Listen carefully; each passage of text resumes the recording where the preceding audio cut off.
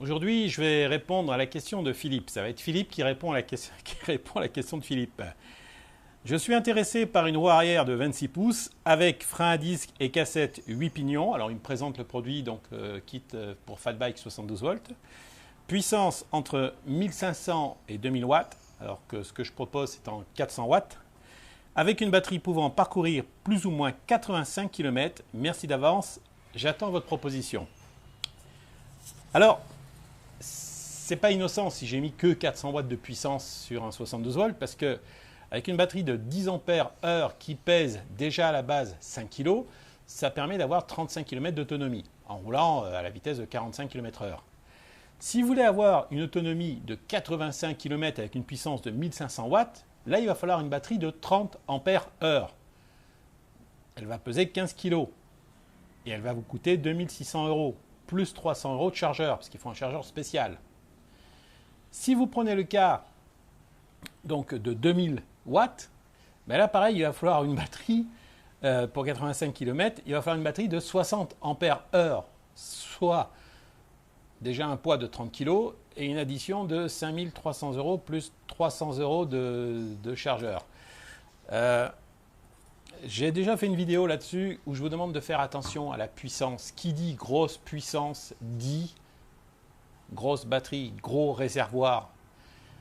Lorsqu'on vous propose des vélos électriques qui font 1000 watts de puissance et qu'on vous dit on a mis une batterie de 10 ampères, c'est faux, faux, faux et archi faux. Ça ne peut pas fonctionner.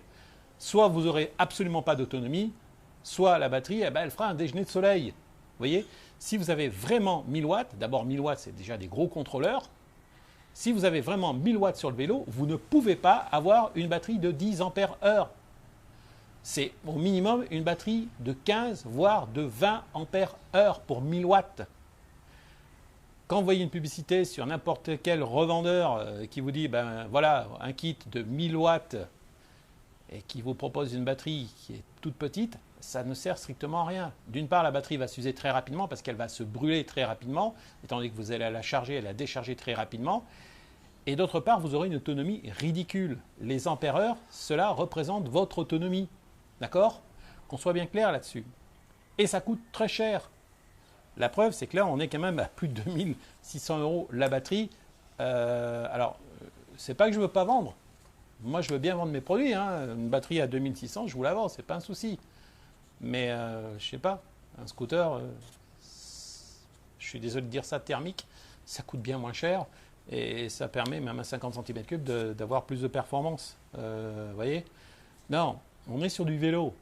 Un vélo électrique, c'est vrai qu'il a des performances qui sont très intéressantes pour une certaine puissance. Jusqu'à 750 watts, c'est intéressant. 750 watts, on peut mettre une batterie de 15 ampères. C'est bon, ça va tenir le choc, on est cohérent. Mais au-dessus, non. Il faut de la grosse batterie, c'est une obligation. Et surtout si vous êtes en 72 volts. Si vous êtes en 72 volts, c'est quand même pour rouler vite. Alors, vous pouvez avoir 85 km d'autonomie avec une batterie 72 volts. J'avais fait une autre vidéo là-dessus où je parlais de la Tesla, par exemple. Mais ça veut dire que vous vous limitez à ce moment-là à une vitesse de 25 km/h. À vous de choisir. Soit vous avez un truc très puissant, mais là, il faut la grosse batterie. Soit vous avez ce que je vends, mais dans ce cas-là, vous vous limitez à la vitesse, c'est-à-dire vous ne roulez pas plus de 25 km/h. Et là, vous aurez vos 85 km d'autonomie. À vous de voir.